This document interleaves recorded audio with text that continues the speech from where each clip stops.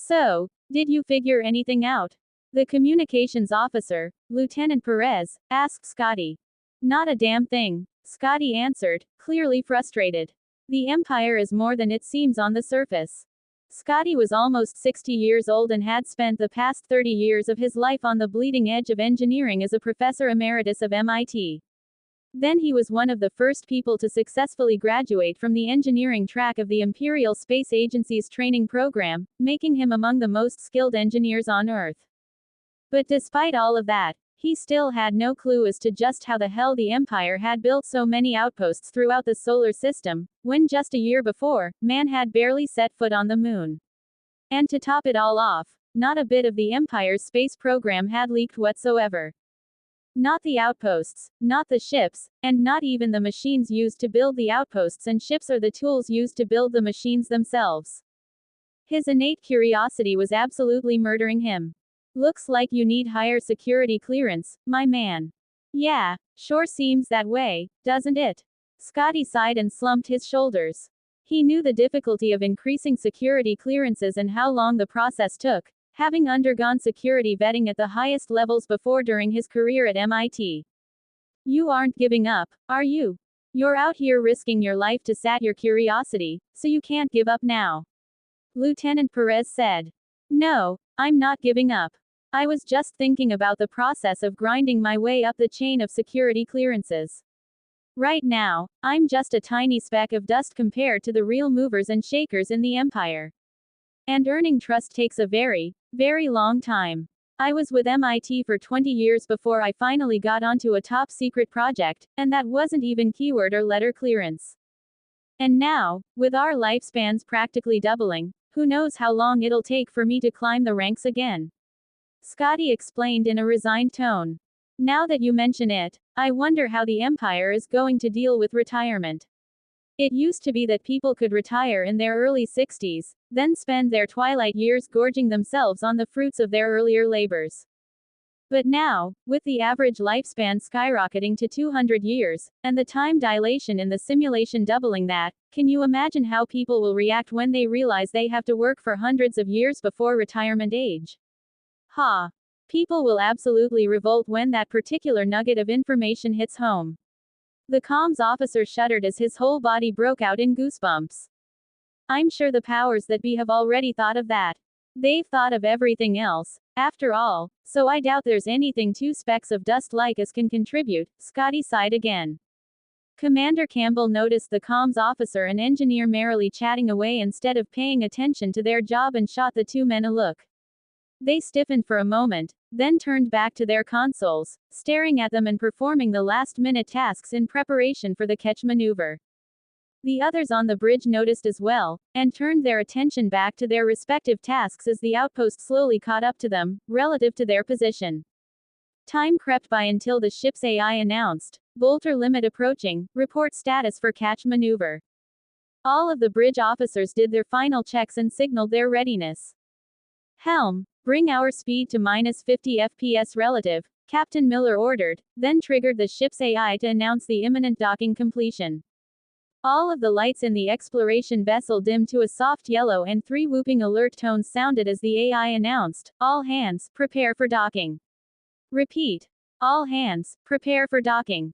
The announcement played 3 times consecutively, then the countdown began. Docking in 10, 9, 8, 1. Docking complete. Welcome to Outpost 134. Damn. I wonder what the fuck they're hiding here. Blocking access to more than 90% of the base. And one of the biggest of the ones we've seen, too. A crew member said in annoyance as he carried his duffel bag down the boarding ramp of the ship. He was looking through the map for the meat space, R&R facilities that were sure to be anywhere people were. He had to admit that the Empire truly had a gift when it came to designing spaces that made people feel comfortable, with the general aesthetic being a blend of high-tech minimalist design and nature. Most people would assume that all spacers would want to immediately hit a bar, get shit-faced, and find a date before holing up with liquor bottles when on shore leave, but ordinary crewman Sanchez would beg to differ. What spacers wanted the most when they were freed from their various tin cans was the feeling of not being on a fucking tin can. Drinking and fucking came second and third, or maybe it was flipped and came third and second, but first place, by a very long shot, was definitely just normal open space that smelled like anything. The Empire had very good technology, sure, but there was just something about the smell of home that they missed the most in ships where the air was recycled to perfection and there was no smell at all. It was like those psychology studies that talked about sticking people in anechoic chambers eventually going crazy because they couldn't hear the sound of their own voice reverberating off the walls around them. But what spacers missed wasn't the sound. Sound, they had aplenty. But smells, yeah, they missed smells. O.C. Sanchez. Bunkmate heaved a sigh of annoyance at the repetition of his bunkie's complaint. Every single time they docked at an outpost, it was always the same damned complaint. The only thing different was just how much of the outpost was deemed as off limits for the crew. It's a fucking military base, for Chris sakes. Do you expect a goddamn red carpet? He complained. Fuck off, Flores. Just let me bitch in peace, asshole, O.C. Sanchez snapped. O.C. Flores zipped his lips and headed to the base rapid transit shuttle in silence. The rest of the crew that had been released to shore leave in their batch exchanged glances and they all came to the same decision as Flores, just ignore Sanchez and he would fade into the background. Living in close quarters as they did, tolerance and shutting up went a long way toward preventing conflicts from escalating. And with such a hard-ass captain and XO, nobody wanted to be called up on a captain's mast. Captain Miller and Commander Campbell had remained aboard ISAEV 343398, waiting for their meeting time to arrive. Everything was proceeding apace, as it would be difficult for any Imperial force to run ahead of or behind schedule thanks to the ice in the background ensuring that the trains ran on time. They didn't have to wait long before they received a notification with a link to a virtual meeting room. When they logged in, they found themselves in a large amphitheater-style room that would be instantly familiar to anyone who had attended college before, a lecture hall. Seated around them were hundreds of other ship captains and executive officers. No one was speaking. Everyone simply gave each other courtesy nods when they made eye contact with someone else. But the silence didn't last long before Huang Wei, the head of the Imperial Space Agency, appeared on the stage in the front of the hall. Administrator Huang was a middle-aged Chinese man with salt and pepper hair and a regal bearing, dressed in the utility uniform of the exploration fleet, a pair of black slacks with light blue piping on the sides and a close-fitting, tailored coat with matching blue piping. Ed note. If you're interested in seeing what the uniforms look like, it's very similar to the uniforms from David Weber's Honorverse novels, specifically those of the Royal Manticoran Navy. The difference is that the uniforms in this novel lack shoulder flashes, rank insignia, awards, and any kind of headgear. Everything that would normally be displayed on a uniform is all displayed in augmented reality.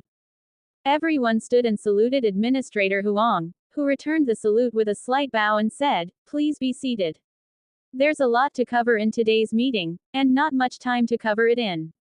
To give you the important part first. The ESA is about to undertake a mission that is of the utmost importance to the human species. You, ladies and gentlemen, will be the first group of humans to ever pass the heliopause and engage in extrasolar exploration. As a semi-militarized fleet, you've all undergone all of the same training as the regulars in the Terran Space Fleet, and have inherited their professionalism and tradition. You only lack the heavy weaponry that the TSF has in spades. Sure, you each carry a small contingent of Ares troopers to defend against potential boarders, as well as act as guards for teams of researchers sent to the surface of planets. You even have a spook assigned as a general specialist. But your exploration cruisers are limited mostly to defensive batteries and a single gun that's only effective against stationary targets or viable in knife fighting range. Administrator Huang paused, noticing that most of his audience had gone slack-jawed and glassy-eyed. It was true, though, the exploration fleet was incredibly lightly armed. They had a few Mk-19 Titan's Wrath cannons, an updated version of the Mk-14 Titan's Wrath, which had proven its effectiveness in Islamabad and Delhi, as well as Faisalabad and Bhopal. The Mk-19, however, had been specifically designed for use in the harsh vacuum of space, especially for clearing potential environmental hazards out of their path. They also had a spinal mount hybrid gun capable of unleashing streams of charged particles or switching to coil gun mode for large target bombardment. The range of the particle beam was limited, though, and the coil gun was only capable of accelerating projectiles up to 0.29 c. And any moving target capable of interstellar travel would also be capable of dodging slow projectiles like those. The decision had been made for the exploration fleet's primary armament to be energy-based for a few reasons, primarily accuracy. Coil gun rounds were extremely damaging, if they hit, but that was an awfully big if. In order to be effective, a saturation attack would need to be carried out, and that had implications that Aaron didn't want to even think about. Any coil gun round of sufficient size and speed to take out an enemy vessel would eventually become another planet's Chicxulub, after all, quite effectively ruining someone's day, somewhere, somewhen. Maybe it would be hours later, or maybe it would be 10,000 years later, but the only guarantee when dealing with projectile weapons in space is that those projectiles will always hit something. Sir Isaac Newton has always been, still is, and will forever be the deadliest son of a bitch in space. Administrator Huang judged that the attendees of the briefing should have digested his previous statements and continued, as a result of your ships, lacking combat capability in the face of a potentially hostile galaxy, orders have come down from above that you are to be escorted by the first batch of the Terran Space Navy to graduate from training. And today's briefing is to give you an overview of the regular TSF ships and offensive capabilities. First, let's talk about guns. Your fleet is primarily armed with energy weapons, which are considered secondary armaments in the TSF.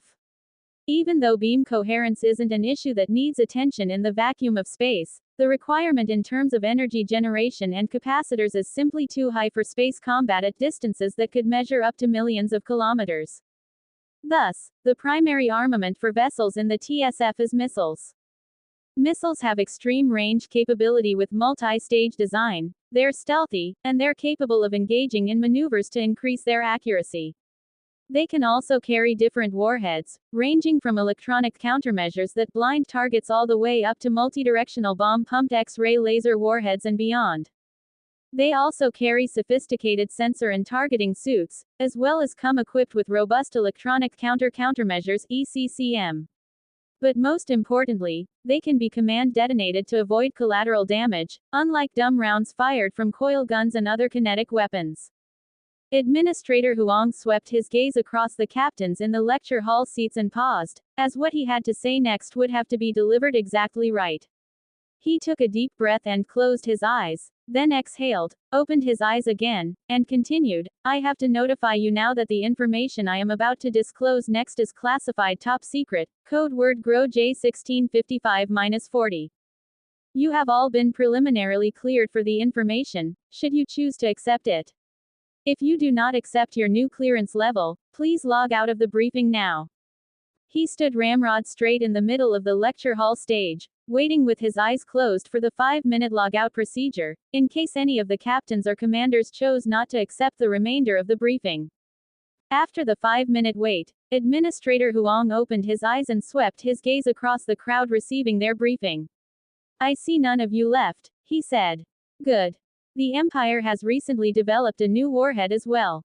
Dubbed the Black Hole Bomb. It's exactly what it says on the tin. An oversized capacitor and artificial gravity generator strapped to a rocket engine. When detonated, it creates a short-lived, yet highly destructive, black hole in a small area. Small, by the way, is a relative term. And the only reason you're being informed of its existence now is that we don't want you asking about it later when you're in potentially hostile, unsecured environments. He continued on the topic of weapons for a while, explaining each of them in detail, then finished that portion of his briefing by asking, any questions? Nobody in the lecture hall had any. At least not about the weapons of the EF and TSF, anyway, but they had already been taught not to ask questions that weren't relevant to the topic they were being briefed on.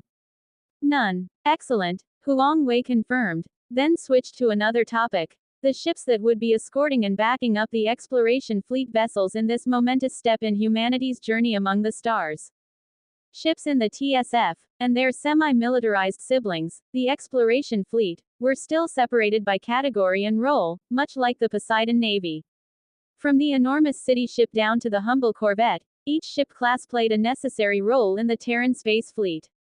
City ships were designed to carry entire seed colonies with them, including tens of thousands of civilian passengers, thousands of Ares troopers, and all of the equipment necessary for starting up a colony on any habitable worlds the exploration fleet discovered. In their cavernous holds, they could also carry entire TSF fleets, and in order to save on reaction mass and wear and tear on the TSF ships in routine operations, they acted as the core command and control ships during combat actions and transport vessels to and from battles. Stretching tens of kilometers in diameter, the disc-shaped vessels would be the flagships that carried the Terran Empire's flag to distant frontiers. The next category of vessel in terms of size was the drone tender. Stretching 3 kilometers from stem to stern and 1.5 kilometers in width at their widest point, the elongated arrowhead-shaped vessels carried a complement of dozens of thousands of drones, each armed with plasma cannons. The drones were mostly disposable and were basically just engines with a gun strapped to them, designed to swarm enemy vessels and chew them apart with balls of plasma. Slightly smaller than drone tenders were the hammerhead battleships. The researchers in Lab City had debated back and forth for decades before settling on the hammerhead design. Eschewing traditional broadside armaments, the behemoth battleships were 2 kilometers long, 1 kilometer wide, and their bow was perpendicular to the rest of the ship and densely packed with missile launchers.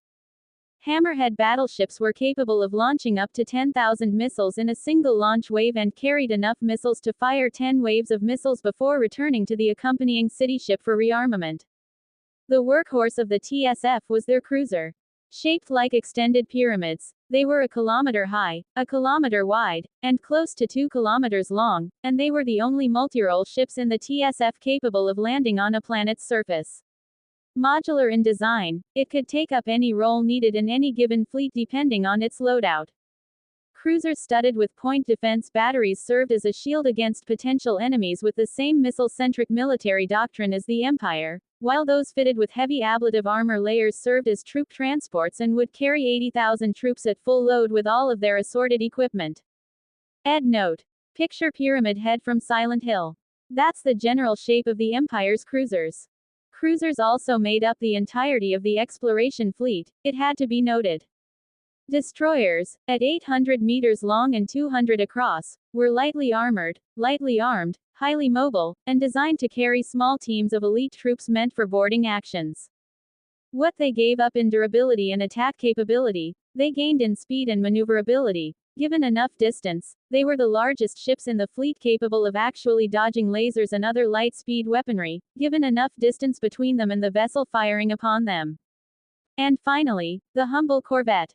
At 100 meters long, they carried a crew of 4 and 10 passengers, and were designed for picket duties.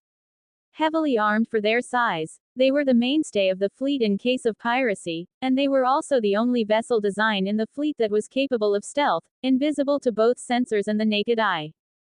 Administrator Huang wrapped up the technical briefing by saying, "Fleet formations in the TSF are ad hoc and dynamic.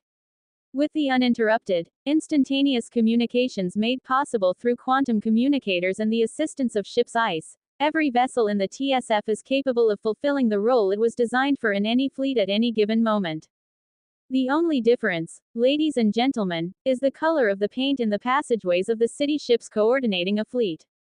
Administrator Huang moved to the final portion of his briefing, informing the attendees of their specific escort fleets, the standard operating procedure they would be functioning under, their detailed chains of command for the exploration, and so forth. An hour later, the briefing came to a close. "You are all hereby ordered to go dark. No communication with Earth or outside your own ships will be permitted until after you've left the heliopause and are on your way. I won't lie to you, there's a possibility that this first step into the greater galaxy at large will also be your last. Should you choose to do so, you may visit the Legal Affairs Office at whichever outpost you're currently docked, where a special liaison officer will help you write your last will and testament, as well as record a message that will be delivered to people of your choosing once you've passed through the Oort cloud. Now, ladies and gentlemen, you have a week of shore leave. Your vessels must be completely vacated of any personnel and personal belongings in the next 3 hours, Earth time, as they are to undergo a specialized refit over your shore leave. Once your leave is complete, you're hereby ordered to report to Ares Central Command on Mars to link up with your assigned escorts and begin your mission. Good luck and Godspeed, explorers. Administrator Huang finished the briefing with a formal salute to the crowd, then vanished. As the exploration fleet was on its week of shore leave on the outposts and the partially functional Mars base was printing ship after ship, back on Earth, a press release had quietly gone out from the Imperial Press Agency. It didn't generate much news at first, and it was only a few sentences long, but it gradually gained momentum over the first 3 days after it was put out. The Terran Empire is in search of those willing to aid in exploiting the resources of the solar system. For more information, contact your nearest Imperial Space Agency recruiter. As the news crept out and spread, the details were soon announced by the first people to visit the ESA in their virtual office. At Fluffy_dog_hugger, this is awesome. I'm gonna go to space, man. Space. At Eternal_Crusader. At Fluffy_dog_hugger details. I read the announcement but haven't checked it out yet. At Fluffy_dog_hugger. At Eternal_Crusader they map the solar system and need asteroid jockeys to go out and mine. At Thok7678. At Fluffy_dog_hugger isn't that dangerous. At Nerdridge001. At Thok7678 at Fluffy_dog_hugger yeah that defo sounds harsh. How'd they map it? At Fluffy_dog_hugger. At Nerdridge001 at Thok7678 at Eternal_Crusader it isn't as dangerous as you'd think. The Imperial Space Agency mapped the solar system using a combination of automated drones and crewed ships. They labeled all the hazards and asteroids and are gonna build processing factories, thread. The online conversation grew more boisterous over time and the details were eventually all dug out. When the initial press release had gone out, the Extra Atmospheric Navigational Aid, version 0.1 XNAV 0.1 became available in the Akashic record for public viewing and downloading. It was version 0.1 not because it was incomplete, but because version 1.0 would only be released after the entire galaxy was mapped. 0.5 would be the version that included the spiral arm that Earth was a part of, the Orion spiral arm of the Milky Way galaxy. And in addition to the map being made public, 2 other pieces of news were released by people who had spoken to the ESA representatives. First, in partnership with the Imperial Treasury, the ESA would be issuing low-interest no-collateral signature loans for the purposes of setting up a small business as an asteroid mining crew. Those loans would cover the startup costs for the business itself, as well as an asteroid mining ship. The second piece of news was related. They would allow people to design their own ships in virtual design garages, which the Empire would then perform rigorous tests on. If the design passed the quality standard, the Empire would allow the design team to list it on a virtual marketplace for others to buy, and the designers could either manufacture it themselves or allow Hephaestus Heavy Industries to manufacture it for a cut of the final sale price. Thus, anyone could be involved in the new industry that the Empire had created. Even if one chose not to go out into the solar system as an asteroid jockey, they could design ships for the asteroid jockeys from the comfort of their own home. It was a monumental achievement for the nascent empire, and economists estimated that it would create millions, if not hundreds of millions of new jobs. It could even conceivably create billions. The possibilities were limitless.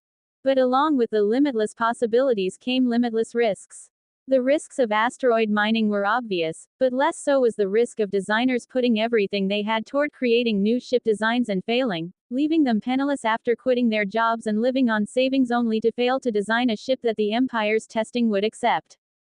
Among the most fervently interested were people in their 20s and early 30s. They were sure that they could create popular designs, and almost overnight, thousands of ship design corporations were registered with the Imperial Commerce Agency. One of those newly formed design corporations was Imyugi Donche Company, which had been formed by a group of 5 Koreans, all of whom were in their mid-20s. Ed note. Imyugi is a Korean mythological creature. It's a lesser dragon that aspires to be a true dragon, and represents overcoming various trials and adversities to achieve a goal. Donche is the romanization for Donche, meaning organization, or group, in Korean. Park Seo-yeon, was our design accepted? Kim Yi-jin asked, barely able to stand steady with all of his nervous fidgeting. We sent the design about 20 minutes ago, so we should have an answer soon. Chill, bro, we've got this, Seo Yeon calmly answered. He was just as nervous as his friend and partner, Yi Jin, but as the scion of a moderately wealthy businessman, he was better at hiding his nerves. You're right. Kim Yi Jin sat down on the couch and crossed one leg over the other, but was unable to stop his foot from bouncing. I'm just nervous. I mean, we all quit our jobs for this, and not everyone was born rich, you know. He playfully glared at his friend seated across the coffee table from him. Even if we fail this time, we've still got time. We can keep improving the design and resubmitting it. And it isn't like we don't have savings to live off of until we strike it rich, so just be patient. We'll eventually succeed. Kim Yi-jin had stopped paying attention to his friend and taken out his phone, refreshing the company's email inbox over and over, not wanting to wait for the internal refresh to notify him that an email from the ISA had arrived. Another young Korean man walked into the room through the open door. Has Yi-jin settled down yet? He raised the case of canned beer he had brought with him.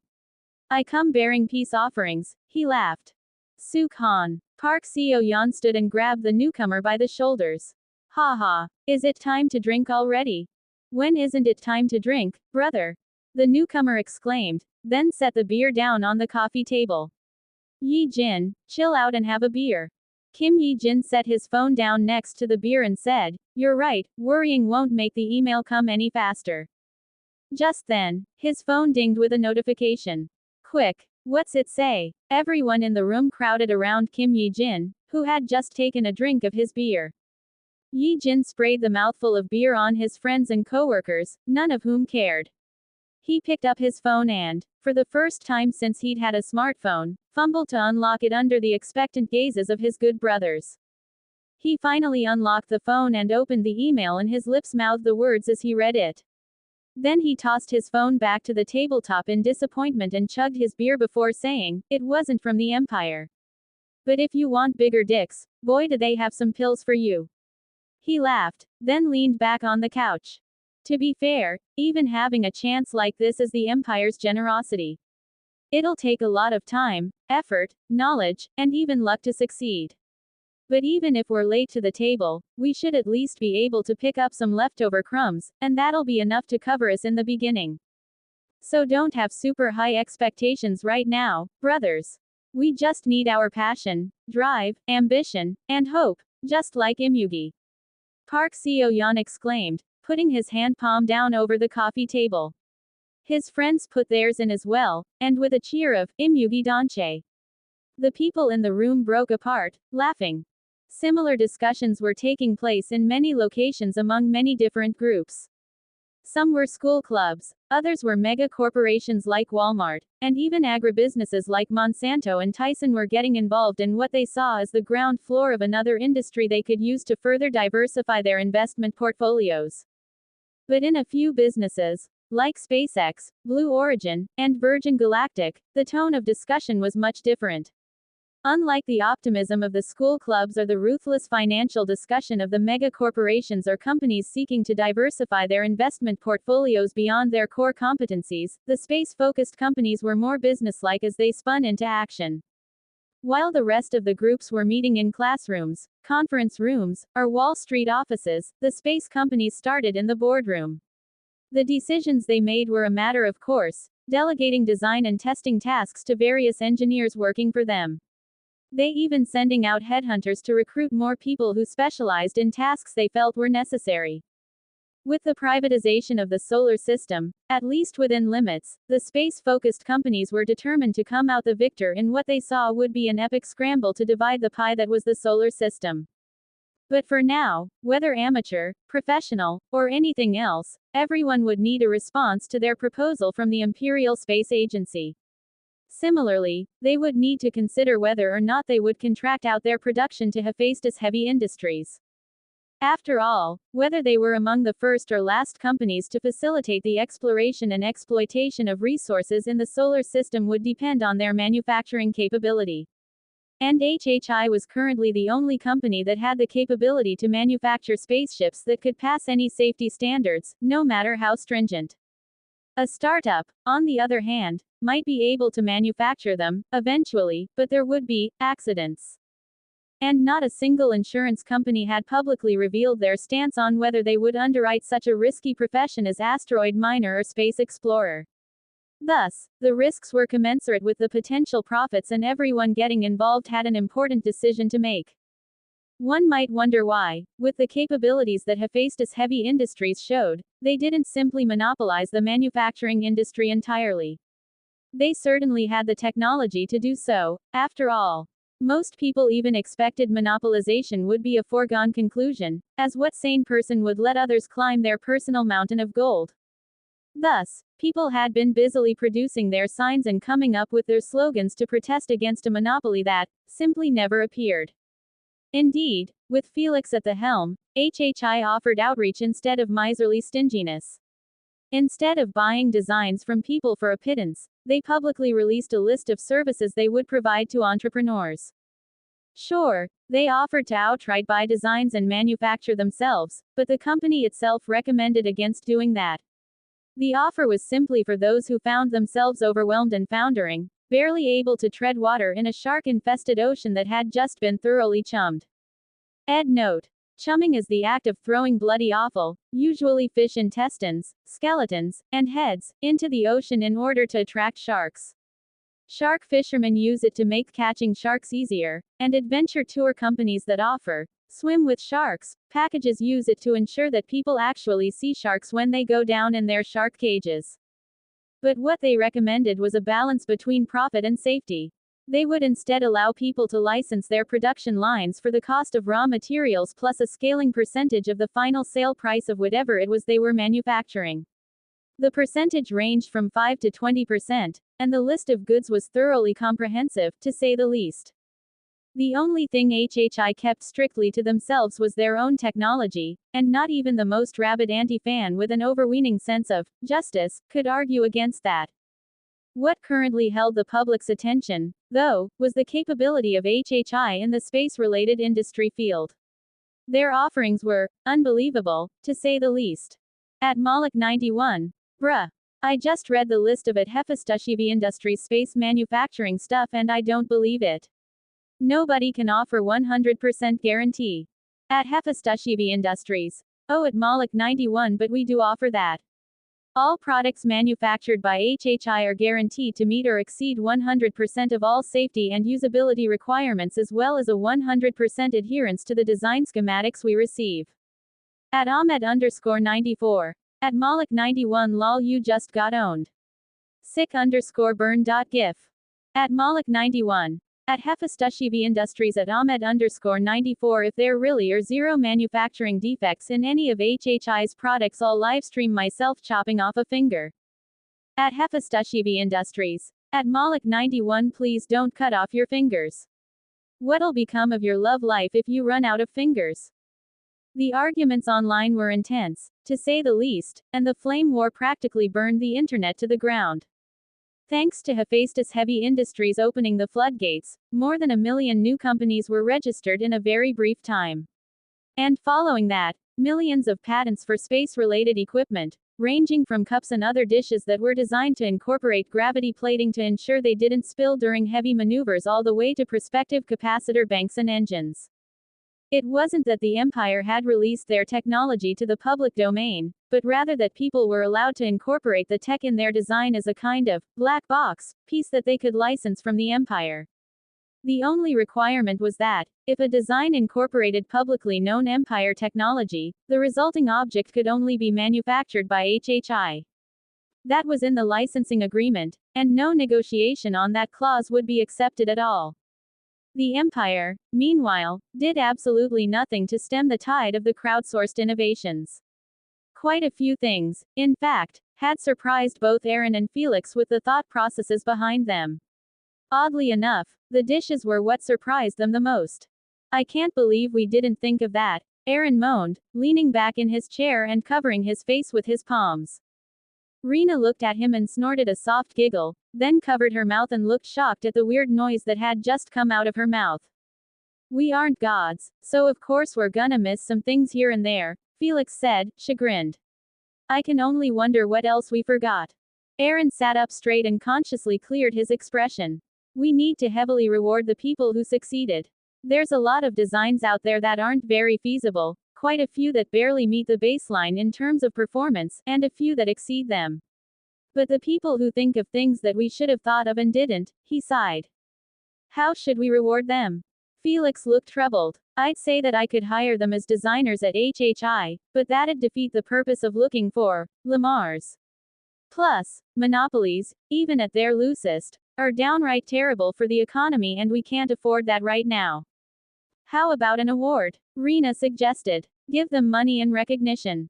The award will give them bragging rights for a long time, if not forever, and the money will be a more tangible thing. Aaron nodded, then turned to Nova and said, notify the press corps. They're to issue a press release in a week, Earth time. Make it a one-time 10,000 end award and a civilian medal.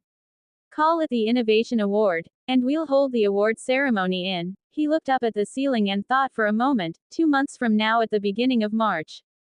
Make it a government, bank, holiday called Innovation Day, March 1st.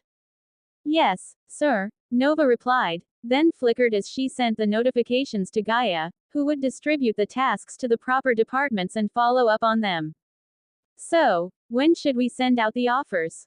Felix asked. Aaron pondered for a moment, then slowly said, how about 2 weeks from now? If the Empire sent out acceptance notifications too soon, it would instead have an opposite effect. People would think that corners had been cut in the testing process and wouldn't trust the resulting hardware, no matter who designed it or who manufactured it. After all, everyone was still moving at the speed of humanity and couldn't think or process information in picoseconds, unlike virtual and artificial intelligences. The testing procedure used both of those. First, the designs were filtered through VIS, which had a strict set of instructions by which they tested them in the simulation. Any design that passed the V filtering would then be assigned to Nova, who would simulate the product based on the design itself. She would be the final determiner of which designs would be passed on to the researchers in Lab City, who would refine the designs with practicality and comfort in mind, as well as ease of use. After all, while idiot-proofing things only ensured that better idiots would evolve, they still had to consider the end user. A cockpit design with 500 unlabeled switches may in fact be the best, in terms of performance, but a pilot would much rather have 5 clearly labeled switches when flying the aircraft.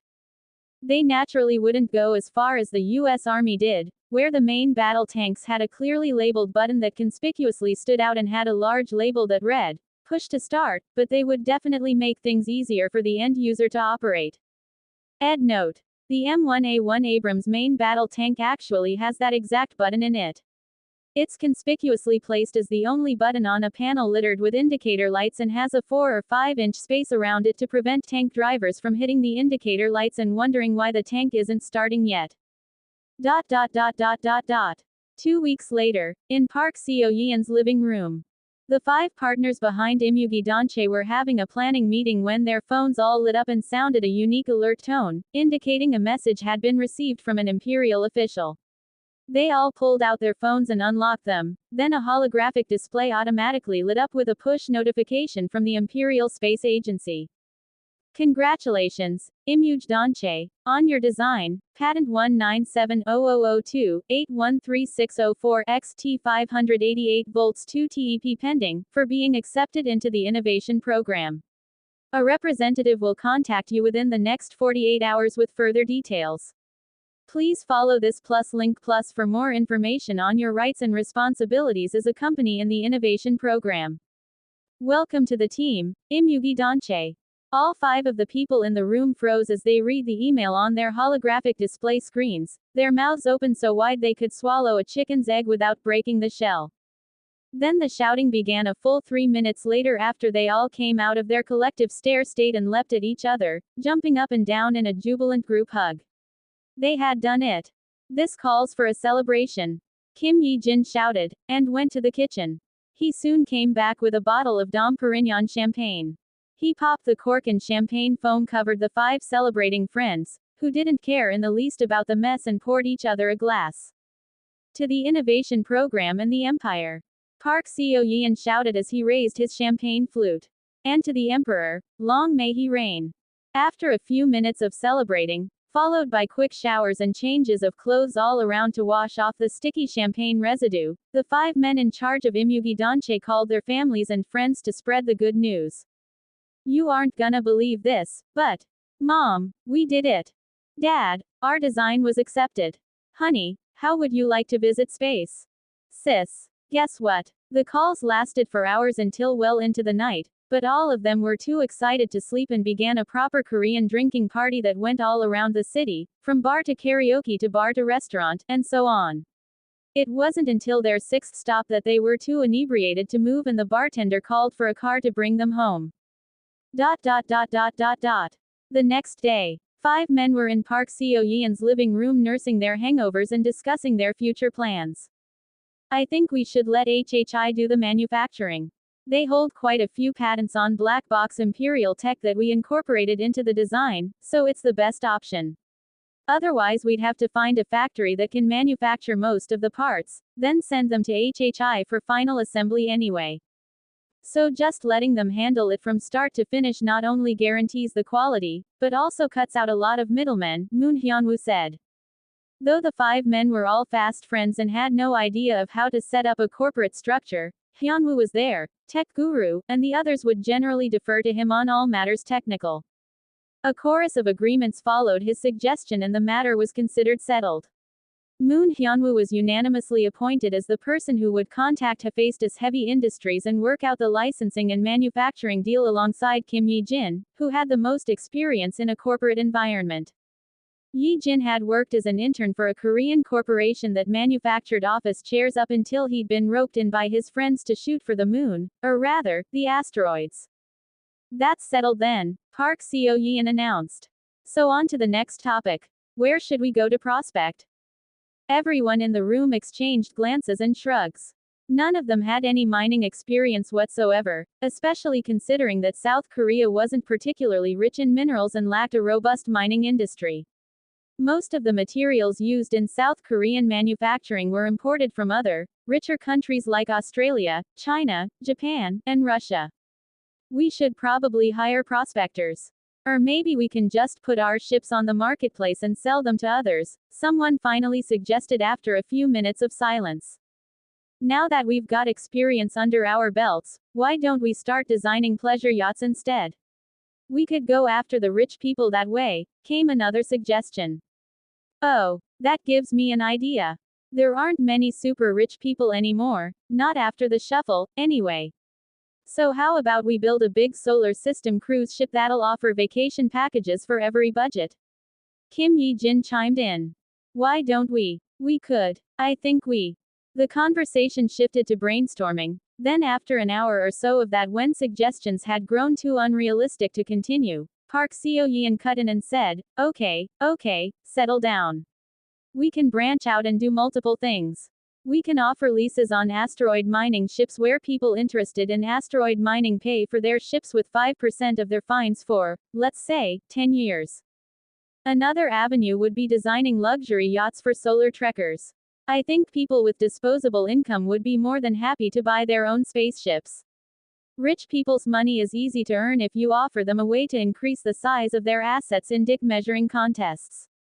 Just look at how Musk sent a car into orbit around Mars for no good reason but to brag. Imagine if we were the ones to steal the luxury market out from under those Buja Babo. Ed note. Buja Babo, Hangul.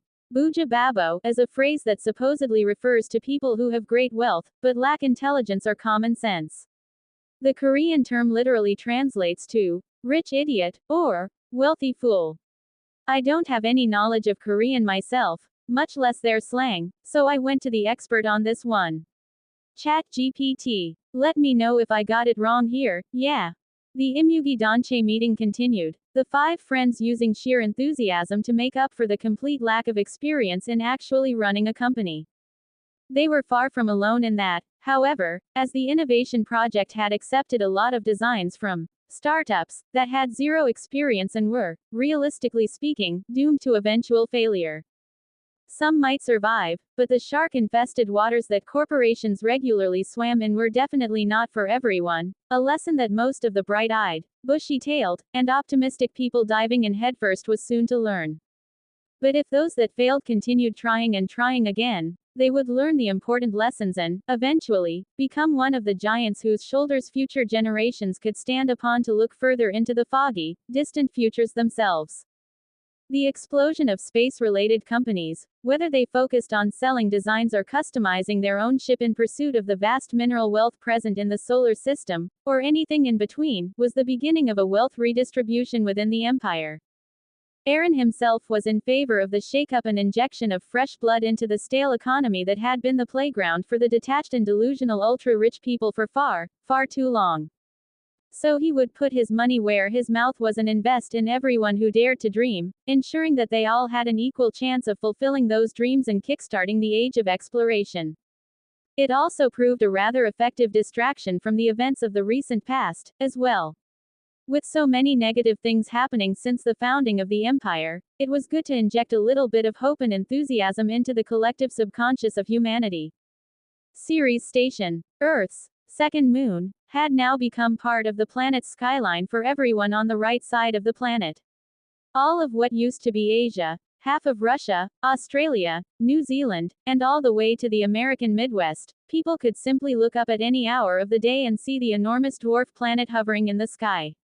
It had become quite a tourist attraction as well, as people flocked to those former countries to see the spectacle, or to Eden, where tour groups gathered to go up and personally walk around the parts of the station where construction had been completed.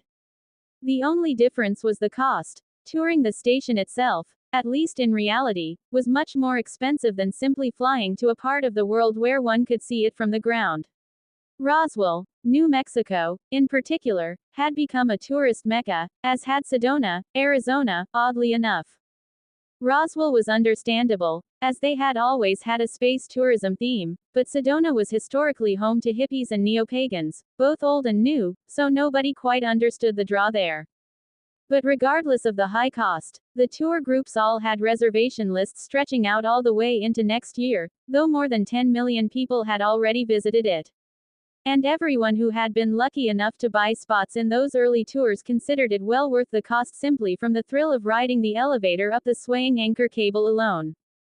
Seeing the inside of the station with their own eyes was just icing on a very expensive cake. However, the station had become even more crowded with startup companies that immediately leased space on the dwarf planet, thanks to the imminent opening of space to private exploration. Ship showrooms, asteroid mining company offices, logistics company warehouses, and many other types of companies had rushed to pay the high leases with the expectation that the Empire would soon be banning civilian spacecraft from entering Earth's atmosphere. After all, the entire planet had learned a very painful lesson on 9/11, and that was only further reinforced with the wave of indiscriminate terror attacks carried out only a short while before. Thus, everyone was in favor of that particular piece of expected legislation coming down from the top. With the increase in companies and individuals leasing space in the new moon, the elevators were in constant motion, carrying freight and people alike from the surface to their new offices in geosynchronous orbit. Not that they could even tell they were in space, that is, as the Empire's gravity plating maintained a constant 1g. That aside, nobody had time to marvel at the advanced technologies at play. At least not after their very first visit, as they were all too busy preparing for their opening day, when space exploration would finally be something that virtually any person on Earth could partake in. And that day was only a few days away. Thus, the general busyness of the station had become the norm as thousands of people descended upon the newly refurbished offices, warehouses, space docks, and even the tourist facilities like hotels, bars, casinos, and brothels. The news of space opening to everyone had even diverted people's attention from the disintegration of the cultists that had taken place mere days before. It was a happy unintentional consequence of the timing of the press release and information dump into the public sector, and had put a rather anticlimactic end to the issues with the cult of the progenitors. Only a relative few people were still paying attention to matters on the surface, the families and friends of those who were still being held in stasis pending the discovery of a cure for their condition. Among the victims were 2 police officers, whose families were staying in hospital lodging, praying to whoever was listening that the Empire would soon find a cure for them. Aaron was in his office, watching footage of the people in stasis and their families as he pondered the problem he had taken to calling mana drain. Along with that, he was wondering what exactly the last words from the blob of mana meant. Currently, he was about half convinced that it was simply fucking with him as it retreated like a beaten dog. The door to his office swooshed open and Nova strode in, piloting her nanite colony body. "Sir, we've found a solution to the mana drain issue," she reported. "I'm listening," he replied, resting his chin in his hand and closing the holographic footage he had been watching. "We need to build medical pods that can deliver a constant stream of unaspected mana to the victims at the same rate they're losing it, or a little bit faster. Then it's only a matter of time until their mana bodies heal themselves, and they can be awake in the simulation during the process." As she spoke, another virtual screen popped up in front of Aaron, showing the results of the testing done in the Gold Labs of Lab City. After he finished reading the document, Aaron's gaze grew sharp and he asked, "With that amount of mana, wouldn't they undergo the same kind of awakening that Rena did?" "That is a distinct possibility, sir. But I don't believe that everyone will awaken, even under the same condition as Rena underwent her awakening. The researchers in Lab City believe there's some aspect of luck to awakening, or perhaps something they simply haven't discovered yet is interfering with the process. But either way, their research and my simulation iterations agree. Not everyone will awaken to mana, aspected or not," Nova explained. "If you turn to page 452 of the research data file, there's a chart of expected outcomes for the patients undergoing the cure procedure. And ask you can see." The conversation between the two lasted for another half hour before Aaron asked for silence and sat in thought for quite some time. A week later, Aaron stood in a cavernous room in the cube on Avalon Island, looking at the newly printed medical pods laying before him in precise columns and rows. As it turned out, actually using the first-generation atomic printers to print runic engravings into things was a much slower process than printing things without them. The process could be compared to trying to play a modern AAA video game on an old desktop computer from the 1980s. However, the trade-off was well worth it, as he was only one person, but he had many atomic printers. He swept his gaze across the room and nodded in satisfaction as his runic heart spun into action. A slow breeze began flowing through the room as he greedily sucked the mana from his surroundings. The breeze soon grew to a small vortex of about 10 feet wide before stabilizing. With the stomp of a foot, a brilliant golden runic construct appeared beneath Aaron's feet and spread throughout the entire cavernous room, slipping beneath row after row of medical pods as it grew. It soon reached the walls and stopped growing, and Aaron wiped the non-existent sweat from his brow. Now the difficult part would begin. He sat cross-legged on the ground and began feeding his intent into the runic construct.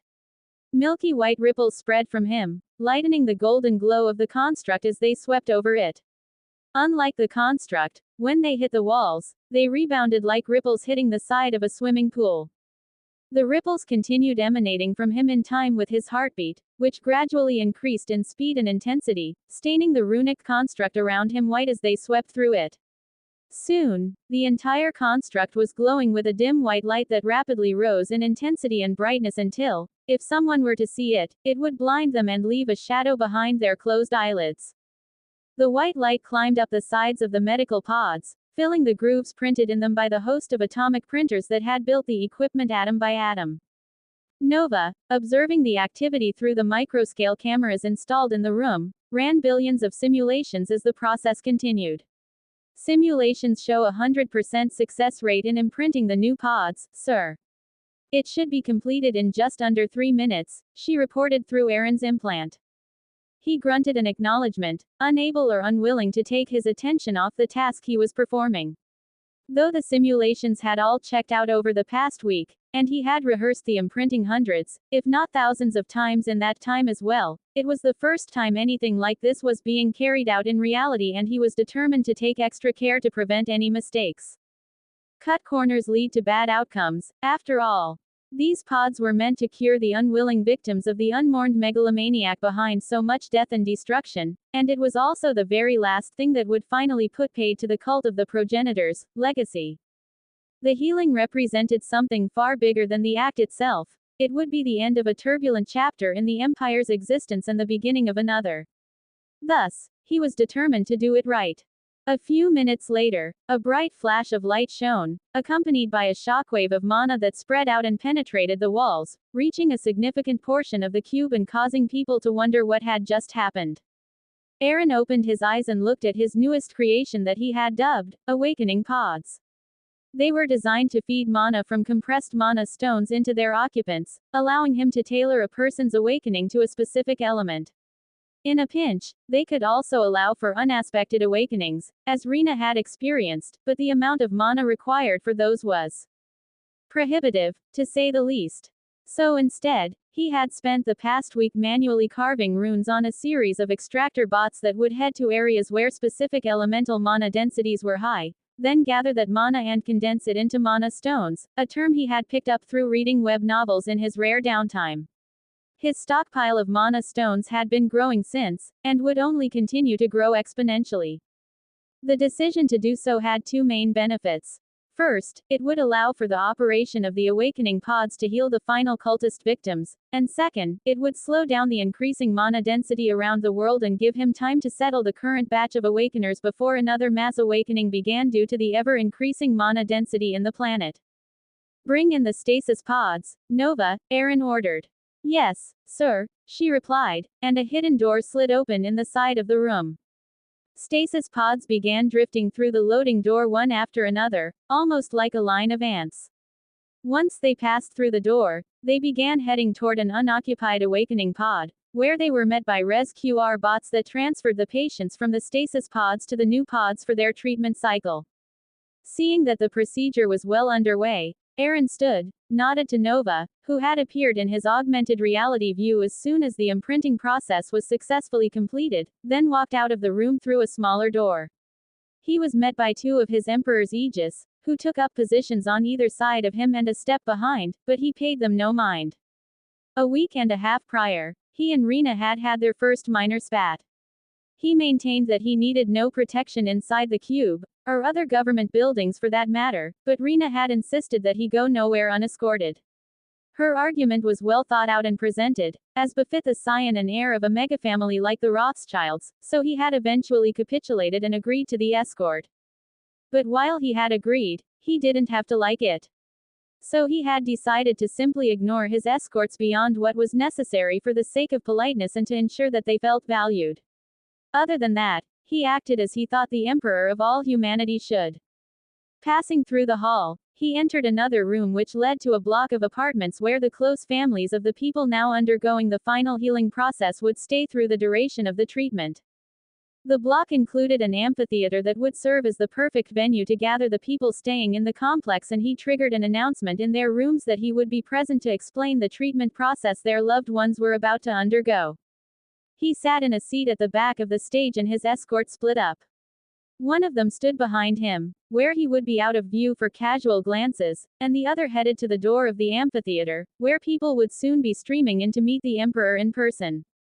The treatment of the mana drain victims had already begun, even before Aaron had called the families of the patients into the amphitheater and explained what had happened, how it would be treated, and the expected outcomes. Basically, the process would require 2 weeks of Earth time, during which the patients would remain logged into VR. And each apartment in the complex the families lived in was also equipped with extended stay medical pods, thus ensuring that the families could remain together for the duration of the treatment. The best thing about it was that the family's equipment would be maintained at the Empire's expense, as well as the standard fee that would normally be charged to the patients themselves. The bigger concern, and one that Aaron hadn't mentioned to anyone outside of his inner circle, was that using the awakening pods would light another beacon for the incoming visitors. That said, it wasn't like it mattered anymore. Humanity had already caught their attention, and they were already on their way.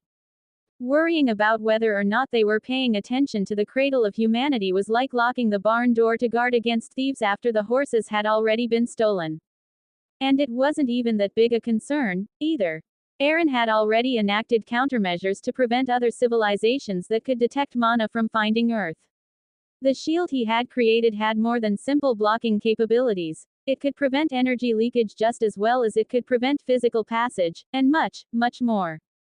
For instance, he could even set it to make Earth completely invisible, like a hole in space. Sure, that would have some severe downsides, but when given a choice between bad and worse, bad would win every time. Bending light around the planet to provide optical invisibility would essentially blind everyone on the planet, but it would be better than having humanity wiped out by hostile marauders. And that was just one of the countermeasures he had included in the complex shield. Blocking mana leakage was just one of the more simple functions it was capable of. Currently, the shield was set to prohibit unauthorized entry and exit, as well as projecting a visual image of the planet that was designed to make it appear unattractive to visual observation. From outside, Earth currently looked like it was choked with smog and radioactive waste, causing the surface to be under a nuclear winter of epic proportions. Pit mines were everywhere, exploiting what few resources the apparently dying planet had to offer, and civilization looked like it was teetering on the brink of extinction. Nova had built a dedicated quantum supercluster to creating and maintaining the backdrop, and Gaia had dedicated a full 40% of her processing power to populating it with the most miserable people she could think of.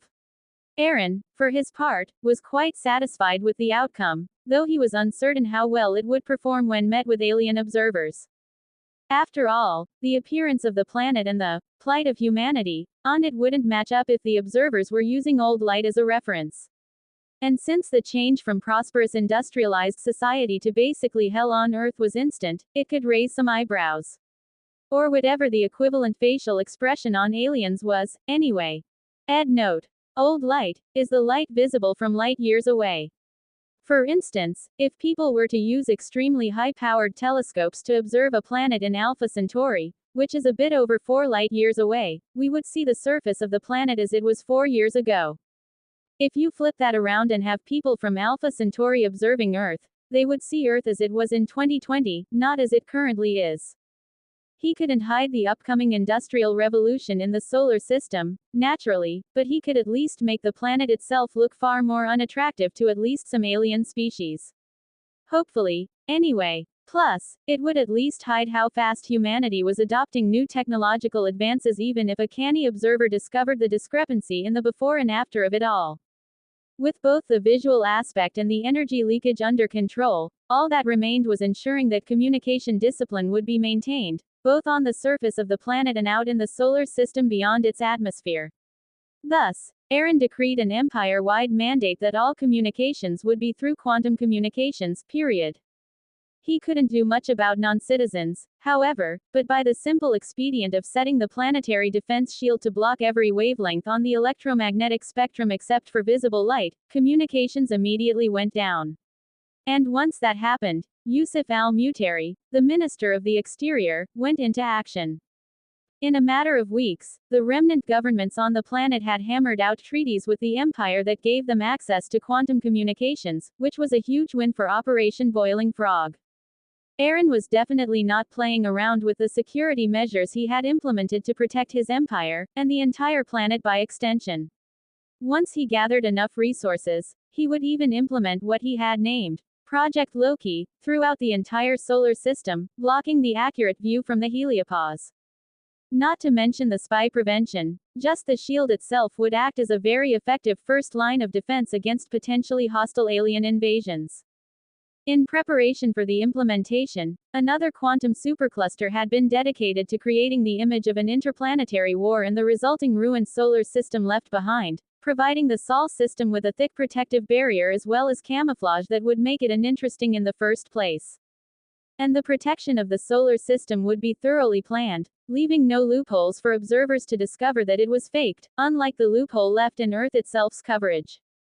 Or rather, there would only be a single loophole, which was that if someone was already looking and had spotted the discrepancy where Earth went from a thriving planet to a dying one literally overnight, they would be suspicious of a system-wide war.